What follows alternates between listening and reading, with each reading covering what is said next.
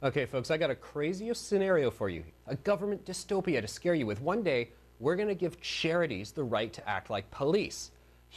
Animal rights groups, they're going to become the new human rights tribunals. And one day, the most famous lawyer in the country, he's going to go up against an elderly, low-income lady for the crime of not brushing her dog's teeth properly. The case, it'll be in a low-ceilinged hotel room with minimal publicity. Stop your joking, Furey, you say. That day's never going to come. No? Actually, the very scenario I've just painted happened not too long ago. It's been unfolding in Ontario since last May.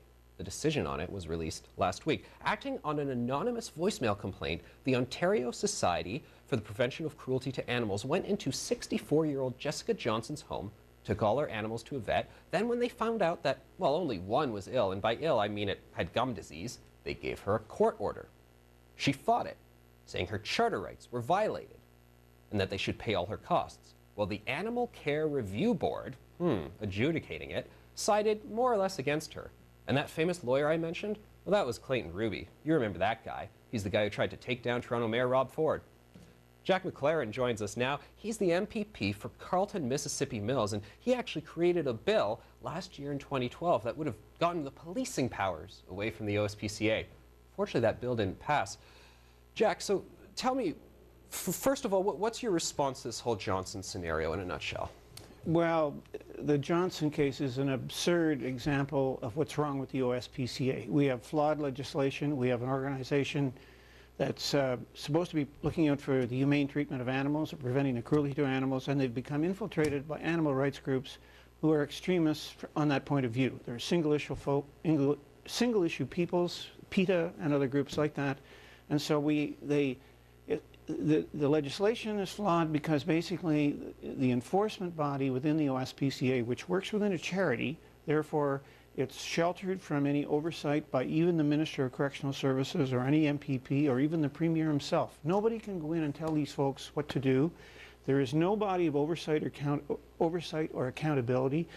They are effectively, as Mr. Lesage in the Lesage report, who wrote a report on what's wrong or right with the OSPCA and what should be changed, and he said they are effectively a private police force without oversight or accountability, left only to police themselves.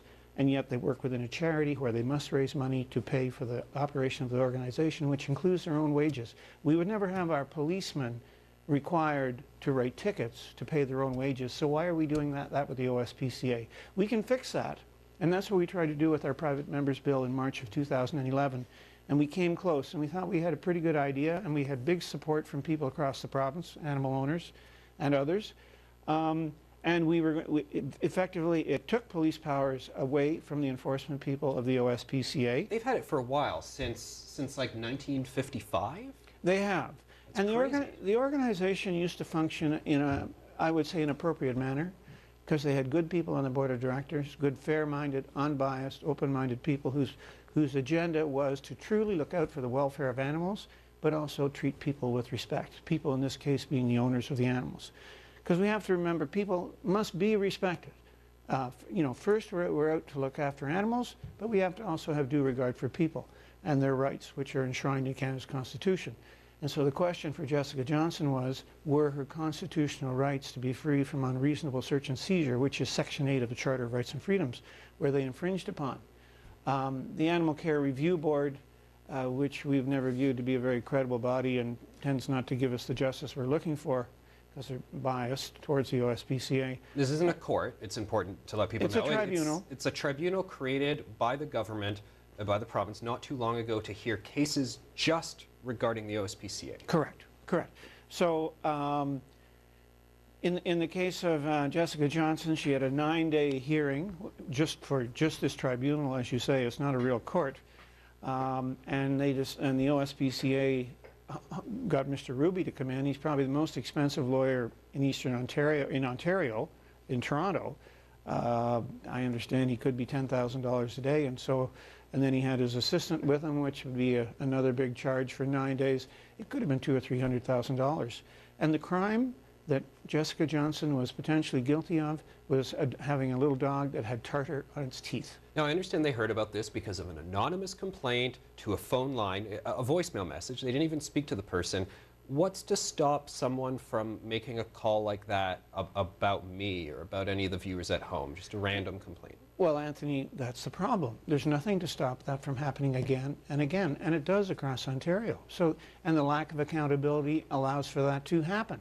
The Animal Care Review Board said even though the warrant they got to crawl in through Jessica Johnson's window into her bedroom of her house while she was asleep on the couch, where there was missing information on this warrant, the member of the board on the tribunal said it's still an adequate warrant and so it's still constitutional.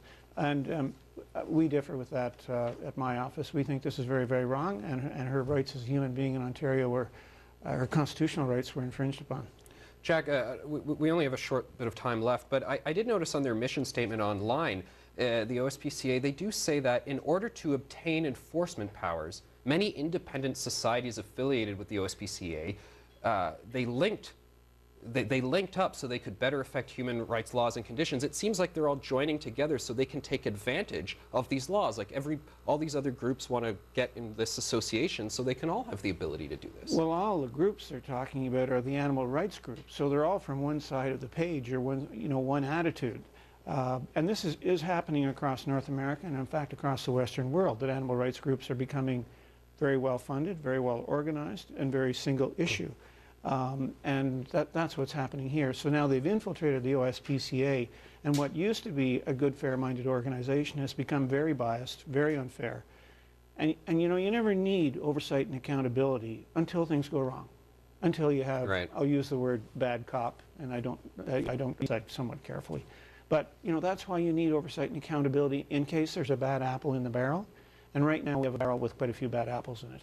Jack, sadly we're out of time, but I thank you very much for coming and telling us about this, your efforts to fight it. Folks, if you want to learn more about this and also learn how you can help poor victims like Jessica Johnson, there's information and there's a fund at OntarioLandowners.ca. Check that out and send me your thoughts on this, and maybe stuff like this is happening in your province, in your hometown. Anthony.Furey at sunmedia.ca. Here's what's coming on the rest of the program.